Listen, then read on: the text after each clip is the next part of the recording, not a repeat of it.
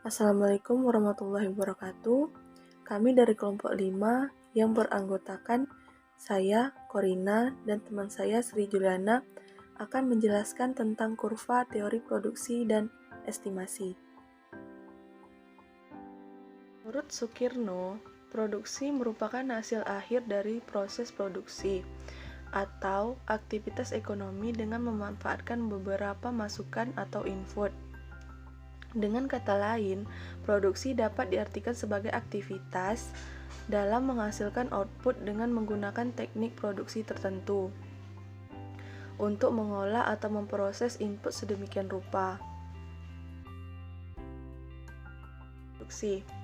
Produksi adalah menciptakan, menghasilkan, dan membuat.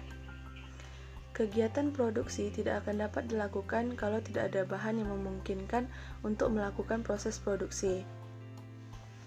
Untuk bisa melakukan proses produksi, memerlukan tenaga manusia, sumber-sumber alam, modal dalam segala bentuknya, serta kecakapan. Semua unsur-unsur itu disebut faktor-faktor produksi.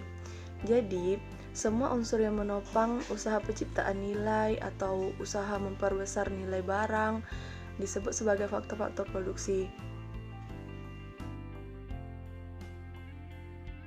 Pada tabel 6 strip 1 dapat kita lihat bahwa pada tabel ini menjelaskan suatu fungsi produksi hipotesis yang menunjukkan bahwa output Q dapat diproduksi oleh perusahaan dengan berbagai kombinasi tenaga kerja sebagai L dan modal sebagai K. Tabel tersebut menunjukkan bahwa dengan 1 unit tenaga kerja atau 1 L dan 1 unit modal sebagai K, perusahaan akan memproduksi 3 unit output atau 3 Q. Dengan 2 L dan 1 K, output yang dihasilkan adalah 8 Q. Dengan 3 L dan 1 K, outputnya adalah 12 Q. Dengan 3 L dan 2 K, outputnya adalah 28 Q. Dengan 4 L dan 2 K, output yang dihasilkan perusahaan adalah 30 Q. Begitu seterusnya. Perhatikan pula bahwa tenaga kerja dan modal dapat saling menggantikan atau substitusi satu dengan lainnya dalam proses produksi. Contohnya, 12 Q dapat diproduksi baik dengan menggunakan kombinasi 3L dan 1K atau dengan 1L dan 4K. Harga masing-masing input akan ditentukan dari dua kombinasi tenaga kerja dan modal yang ada. Kombinasi mana yang lebih murah? Output yang ingin diproduksi perusahaan adalah output yang memaksimumkan laba totalnya. 12 Q juga bisa dihasilkan dengan 1K dan 6L, dan bukan dengan 1K dan 3L. Perhatikan angka terakhir baris pertama. Tetapi perusahaan tentu saja tidak akan menggunakan kombinasi tenaga kerja dan modal pada tingkat ini. Demikian juga 12 Q dapat dihasilkan dengan 1L dan entah 4K atau 5K. Tetapi perusahaan juga tidak akan menggunakan kombinasi tersebut. Pada figur 6 strip 1 dapat dilihat bahwa tinggi batang menunjukkan output maksimum sebagai Q yang diproduksi pada setiap kombinasi dari tenaga kerja sebagai L dan modal sebagai K, seperti yang ditunjukkan dalam sumbu-sumbu tersebut. Sehingga puncak dari seluruh batang-batang tersebut membentuk permukaan produksi dari perusahaan. Hubungan produksi seperti dalam tabel 6 strip 1 secara grafik ditunjukkan dalam figur 6 strip 1 yang merupakan grafik 3 dimensi. Dalam figur 6 strip 1, tinggi batang menunjukkan output maksimum yang diproduksi dengan menggunakan kombinasi masing-masing tenaga kerja dan modal seperti yang ditunjukkan pada sumbu-sumbu tersebut. Sehingga puncak dari seluruh batang-batang tersebut membentuk permukaan produksi atau produk service perusahaan. Kurva selanjutnya adalah kurva produk total, rata-rata, dan marginal. Dengan menjaga kuantitas salah satu input konstan dan mengubah kuantitas input lain yang digunakan, kita akan dapat menurunkan produk total dari input variabel. Sebagai contoh, dengan memegang modal konstan pada 1 unit dan meningkatkan penggunaan unit tenaga kerja dari 0 menjadi 6 unit, kita akan menghasilkan produk total dari penggunaan unit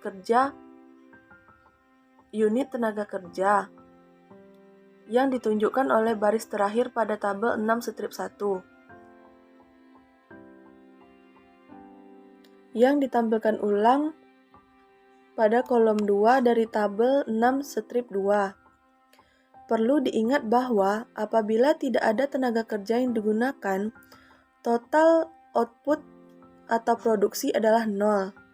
Dengan 1 unit tenaga kerja atau 1 L, produk total adalah 3 unit. Dengan 2 L, TP sama dengan 8. Dengan 3 L, TP sama dengan 12, dan begitu seterusnya. Dari schedule produk total dapat kita lihat bahwa dapat menurunkan schedule produk marginal dan produk rata-rata dari input variabel. Produk marginal dari tenaga kerja atau MPL adalah perubahan dalam produk total atau tambahan output akibat perubahan per unit tenaga kerja yang digunakan. Sementara produk rata-rata atau average produk dikurang AP dari tenaga kerja sama dengan produk total dibagi dengan kuantitas tenaga kerja yang digunakan. Sehingga rumusnya dapat dilihat di slide PPT yang ditampilkan. Kolom ketiga pada tabel 62 menunjukkan produk marginal dari tenaga kerja. Karena tenaga kerja meningkat sebanyak 1 unit pada kolom 1. MPL pada kolom ketiga diperoleh dengan mengurangkan secara berurutan kuantitas TP pada kolom 2. Sebagai contoh, TP meningkat dari 0 menjadi 3 unit ketika unit pertama tenaga kerja digunakan, sehingga MPL sama dengan 3. Untuk pertambahan tenaga kerja dari 1L menjadi 2L, TP meningkat dari 3 unit menjadi 8 unit, sehingga MPL sama dengan 5, dan begitu seterusnya. Kolom keempat pada tabel 6 strip 2 menunjukkan APL.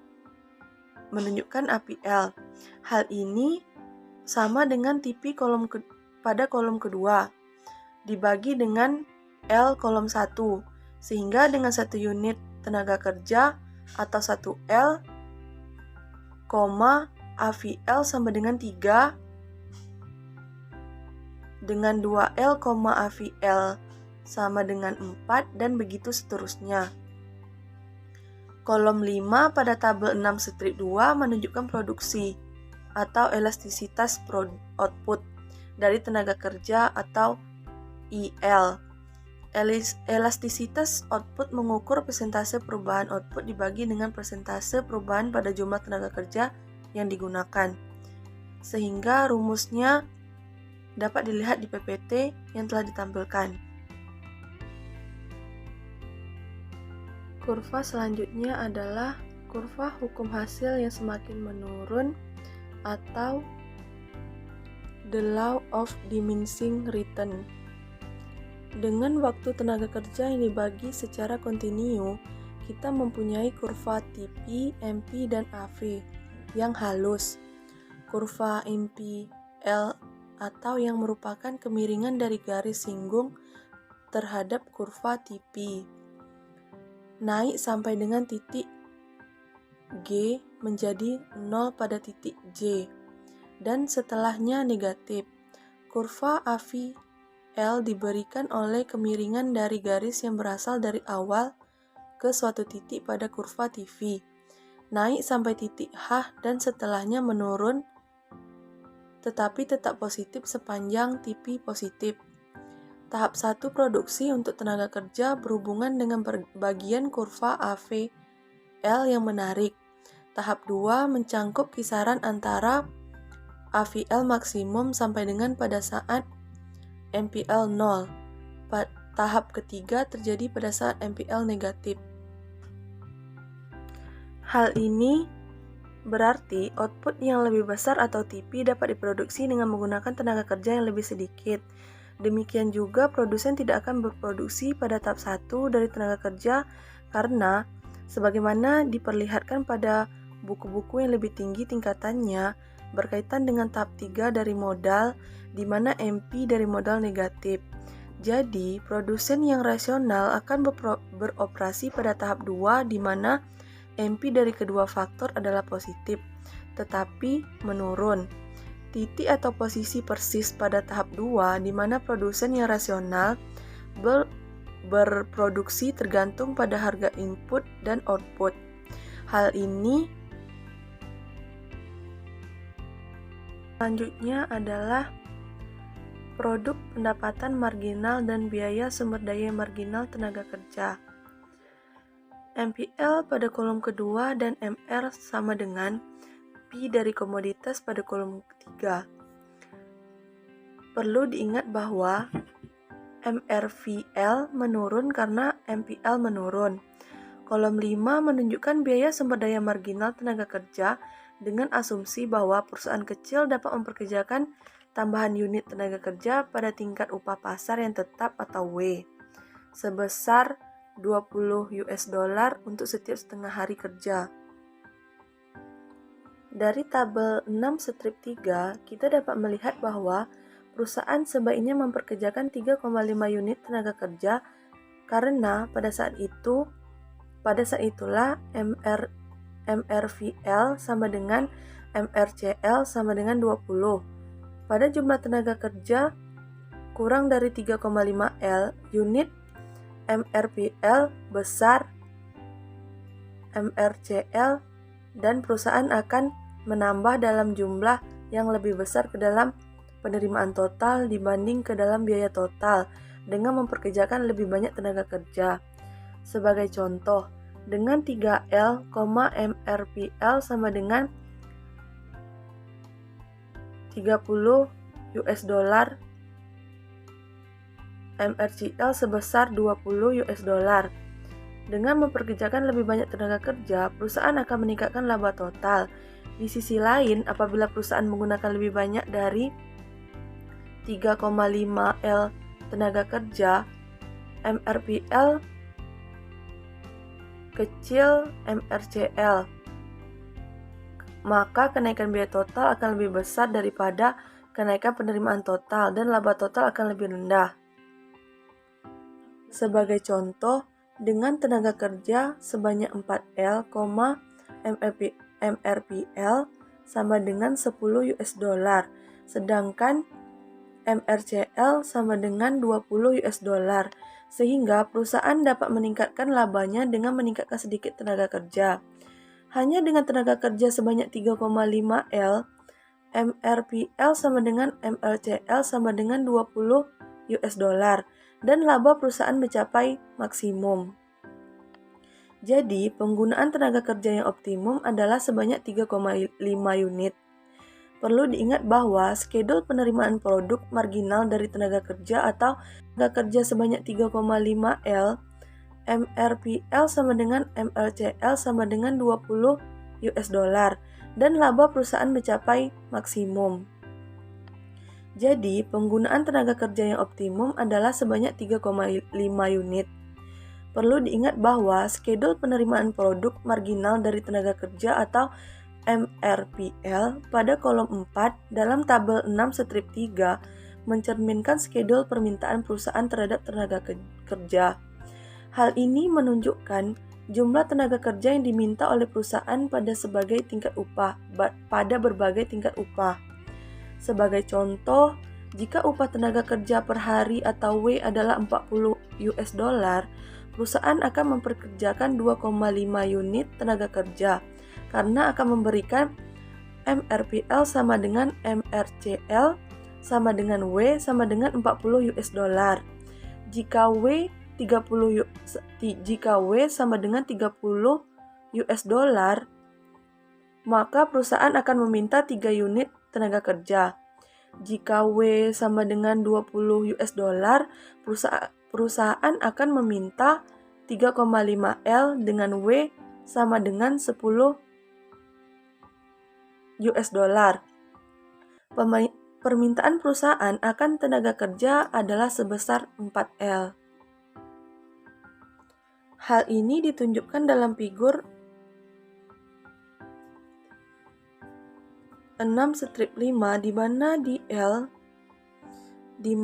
L sama dengan MRPL mencerminkan kurva permintaan perusahaan akan tenaga kerja. Figur tersebut menunjukkan bahwa jika tingkat upah per hari atau W konstan pada 20 US dollar, perusahaan akan meminta tenaga kerja sebanyak 3,5 L, seperti ditunjukkan pada tabel di atas. Diskusi di atas dapat diaplikasikan tidak hanya untuk tenaga kerja, tetapi untuk berbagai jenis input variabel. Perlu dicatat bahwa MRP dari input variabel dapat diperoleh tidak hanya dengan mengalihkan produk marginal dari input dengan pendapatan marginal dari penjualan output yang diproduksi, tetapi dapat juga diperoleh dari perubahan dalam penerimaan total. Baiklah, di sini saya akan menjelaskan mengenai isokan. Jadi yang pertama, isokan itu menggambarkan berbagai kombinasi dari dua input, misalnya tenaga kerja dan modal yang bisa digunakan oleh perusahaan untuk berproduksi pada tingkat output tertentu. Isokan dapat diturunkan dari tabel 64 yang mengulang fungsi produksi dan tabel 61 dengan garis yang menghubungkan seluruh kombinasi tenaga kerja modal yang dapat digunakan untuk berproduksi pada tingkat tertentu. Sebelum saya menjelaskan lebih lanjut, saya akan mengatakan terlebih dahulu bahwa Q yang dimaksud di sini adalah unit, K merupakan modal, dan L merupakan tenaga kerja. Baiklah, kita lanjutkan. Ditunjukkan pada tabel 64 bahwa output sebesar 12 unit dapat diproduksi dengan 1 unit modal dan 3 unit tenaga kerja atau 1K dan 6L. Ini dapat dilihat pada tabel tersebut, yaitu pada garis lengkung yang paling bawah. Selanjutnya pada garis lengkung yang di atasnya ditunjukkan bahwa 28Q dapat diproduksi dengan 2K dan 3L, 2K dan 6L, 2L dan 4K, serta 2L dan 5K. Perlu diingat bahwa untuk memproduksi output dalam jumlah yang lebih besar dibutuhkan lebih banyak tenaga kerja, lebih banyak modal, atau lebih banyak tenaga kerja dan modal. Selanjutnya yaitu isokan dalam tabel 66 yang kemudian akan diulang pada tabel 67, bahwa isokan tersebut mempunyai kemiringan yang positif, namun bagian ini tidak relevan. Oke, kita perhatikan pada tabel 66, dilihat di sana bahwa output sebanyak 12 unit dapat diproduksi dengan 1L dan 5K pada titik M, 1L dan 4K pada titik N, 2L dan 1,5K pada titik R, 3L dan 1K pada titik S, atau 6L dan 1K pada titik 7. Semakin tinggi isokan berarti semakin tinggi juga tingkat outputnya. Kemudian pada tabel 67 wilayah ekonomis produksi ditunjukkan oleh kemiringan negatif isokan antara garis mendaki 05i dan garis 0zi. Di sini perusahaan tidak akan berproduksi pada bagian yang mempunyai kemiringan positif dari isokan karena dapat memproduksi tingkat output yang sama menggunakan lebih sedikit tenaga kerja dan modal. Dan untuk penjelasan mengenai kurva yang ada pada tabel 61 tersebut, dapat kita lihat ada keterangan yang muncul pada video ini.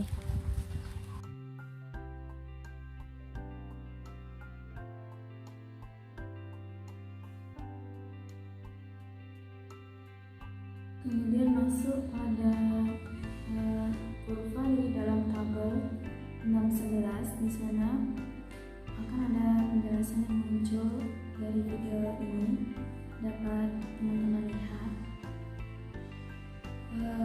Kemudian dengan kombinasi input yang optimum, yaitu pada titik persinggungan antara isopan dari garis isocode, kemiringan absolut isoquant atau tingkat marginal dari substitusi teknis tenaga kerja atau tenaga kerja untuk modal sama dengan kemiringan absolut isocost atau rasio dari harga input.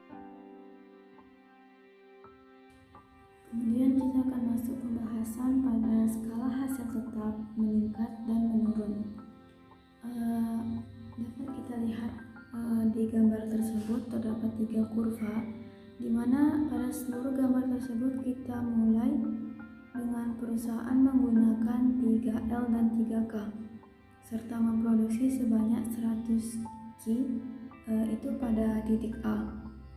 Dengan menggunakan input menjadi 6L dan 6K, panel sebelah kiri menunjukkan bahwa output juga bertambah 2 kali menjadi 200 Q pada titik B, sehingga kita memperoleh skala hasil tetap. Panel tengah itu menunjukkan bahwa output meningkat menjadi 3 kali lipat, yakni 300 Q pada titik C, sehingga kita memperoleh skala hasil meningkat. Sementara pada sebelah kanan menunjukkan bahwa output meningkat menjadi 150 Q pada titik D, dan kita akan memperoleh skala hasil menurun. Baiklah, kita akan masuk ke pembahasan terakhir, yaitu mengenai elastisitas output terhadap modal, terhadap pekerja produksi dan pekerja non-produksi pada industri manufaktur di Amerika Serikat. Baiklah, terlihat pada gambar di video ini, yaitu mengenai tabel 67. Di sana dilihat bahwa disajikan mengenai estimasi elastisitas output terhadap modal, tenaga kerja produksi dan tenaga kerja non-produksi pada 18 industri manufaktur sejenis yang telah dibahas pada kasus sebelumnya. Selanjutnya itu nilai dari A 0,205 untuk furnitur, berarti peningkatan jumlah modal yang digunakan dengan jumlah yang diproduksi dan non-produksi tetap terjaga sebesar 1%, sehingga menghasilkan kenaikan jumlah tenaga kerja produksi. Sementara persediaan modalnya dan jumlah tenaga kerja non-produksi yang digunakan itu tetap terjaga dan meningkatkan sebesar 1%, yaitu Q sebanyak 0,802%. Yang terakhir, nilai dari C sama dengan 0,102, berarti bahwa kenaikan jumlah tenaga kerja non-produksi yang dipakai dengan jumlah input yang lain tetap dipegang sebesar 1% dan akan menyebabkan Q meningkat sebesar A tambah B tambah C sama dengan 0,205 tambah 0,802 tambah 0,102, sehingga menghasilkan 1,11%. Dari hal ini berarti kita menghadapi skala hasil meningkat yang tipis pada produksi furnitur. Bisa teman-teman lihat pada tabel tersebut. Kemudian nilai A, B, dan C yang ditampilkan dalam tabel 67 diestimasi menggunakan regresi analisis dengan kerat lintang untuk masing-masing dari 18 industri tersebut. Ini menggunakan fungsi Cobb-Douglas yang dikembangkan menjadi 3 input ditransformasikan ke dalam logaritma natural.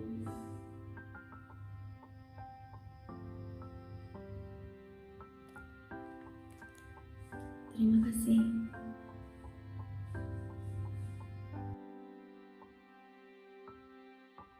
Baiklah, kita akhiri pembahasan mengenai teori produksi dan estimasi